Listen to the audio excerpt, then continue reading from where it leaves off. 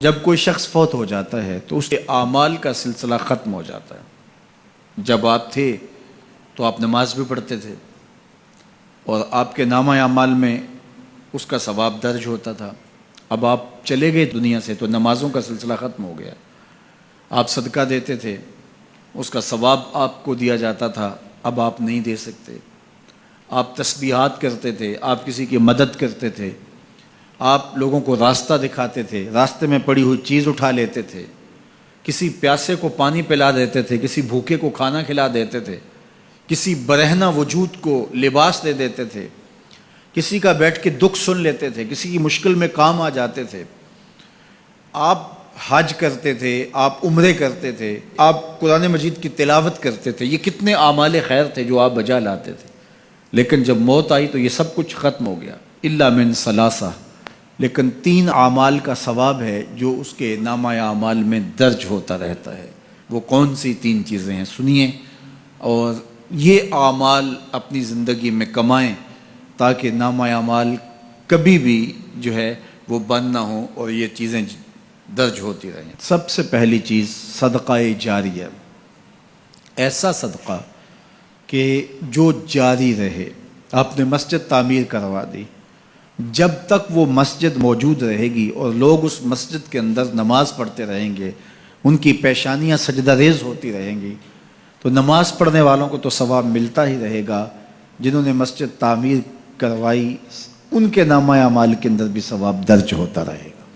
صدقہ جاری، مدرسہ تعمیر کروا دیا، آپ نے کوئی ہاسپٹل بنوا دیا، آپ نے انسانی ضرورت کے لیے پانی کا کنواں کھدوا دیا، اور کوئی اور ایسی چیز کہ جو آپ کے بعد بھی جس کا فیض لوگوں تک پہنچتا رہے، وہ فیض رساں چیز جب تک موجود رہے گی اور اس کا فیض لوگوں تک پہنچتا رہے گا تو نامہ اعمال میں ثواب درج ہوتا رہے گا۔ دوسری بات، او علم ينتفع بہ، یا علم جس سے لوگوں کو نفع پہنچتا ہے۔ یہ ایک ایسا کھاتا ہے جو کبھی بھی بند نہیں ہوتا۔ آج میں اگر حضور علیہ السلام کے فرامین آپ کے سامنے رکھ رہا ہوں اور آپ اس کو سن رہے ہیں، اور اللہ توفیق عمل بھی نصیب فرمائے، تو مجھے بتائیے، مجھے تو اس کا ثواب ہو ہی رہا ہے۔ اب جس استاد نے مجھے پڑھایا ہے اور یہ سکھایا ہے، یہ جتنے لوگ سن رہے ہیں سب کا ثواب میرے استاد کے نامہ اعمال میں درج ہو رہا ہے، اور میرے جیسے اور بھی شاگرد ان استادوں کے جو اگر یہ کام کر رہے ہیں تو ان کا ثواب بھی استاد کے کھاتے میں درج۔ اب اس کا ثواب پھر ان کے استاد کے کھاتے میں درج، اور پھر ہمارے استادوں کے جتنے بھی ہم سبق تھے سب کا ثواب ان استادوں کے کھاتے میں درج، اور پھر ان کا ان کے کھاتے میں، اور یہ چلتے چلتے حضرت ابو ہریرہ کے کھاتے میں چلا گیا، اور پھر ان کا ثواب رسول کریم کے کھاتے میں گیا۔ اللہ اکبر۔ تو بات کر رہا تھا کہ اس طرح کھاتے بڑھتے چلے جاتے ہیں اور نامہ اعمال میں ثواب درج ہوتا چلا جاتا ہے۔ او علم ينتفع بہ، ایسا علم جو نفع دیتا ہے۔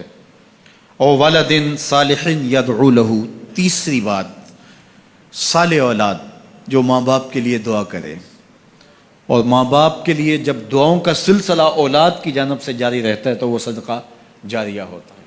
صالح اولاد ماں باپ کے لیے کبھی بھی دعا ترک نہیں کرتی۔ اولاد صالح تبھی ہوگی کہ وہ 5 گانا نمازی ہوگی، اور 5 گانا نمازی اولاد اہتمام سے دعا نہیں بھی کر پائے گی تو دن میں کتنی مرتبہ کہے گی ربنا اغفر لی ولوالدی، اے اللہ مجھے بھی بخش دے، میرے ماں باپ کو بھی۔ ایک شخص کے 2 بیٹے ہیں، 3 بیٹیاں ہیں، 3 بیٹے ہیں، 4 بیٹیاں ہیں، اور وہ نمازی ہیں، اور روز کہتے ہیں ربنا اغفر لی ولوالدی۔ یار کبھی تو کوئی لمحہ ایسا ہوتا ہے جب تار جڑی ہوئی ہوتی ہے، کبھی تو لمحہ ایسا ہوتا ہے جب بالکل خلوص کا رشتہ مضبوط ہوتا ہے، کبھی تو لمحہ ایسا ہوتا ہے جب رقت طاری ہوتی ہے۔ تو بچپن، لڑکپن، جوانی، بڑھاپا، روز دعا مانگ رہا ہے ربنا اغفر لی ولوالدی، کبھی بیٹی مانگ رہی ہے، بیٹا مانگ رہا ہے۔ تو صالح اولاد کی دعائیں ماں باپ کے درجوں کی بلندی کا ذریعہ ہے۔ تو 3 چیزیں ارشاد فرمایا کہ یہ منقطع نہیں ہوتی، صدقہ جاریہ، علم نافع، اور صالح اولاد۔ اللہ ہمیں صدقہ جاریہ کی توفیق بھی دے، اور اللہ ہمیں علم نافع سیکھنے اور علم نافع آگے منتقل کرنے کی توفیق بھی دے، اور اللہ جل شانہ ہمیں توفیق عطا کرے کہ ہم اپنی اولاد کی ایسی تربیت کریں کہ کل ہمارے لیے وہ صدقہ جاریہ بنیں، اور ہمارے مرنے کے بعد بھی اور ہماری زندگی میں بھی ہمارے نامہ اعمال میں نیکیوں کے درج ہونے کا سبب و ذریعہ ہو، اور ہمارے لیے دعاؤں کا سلسلہ جاری رہے۔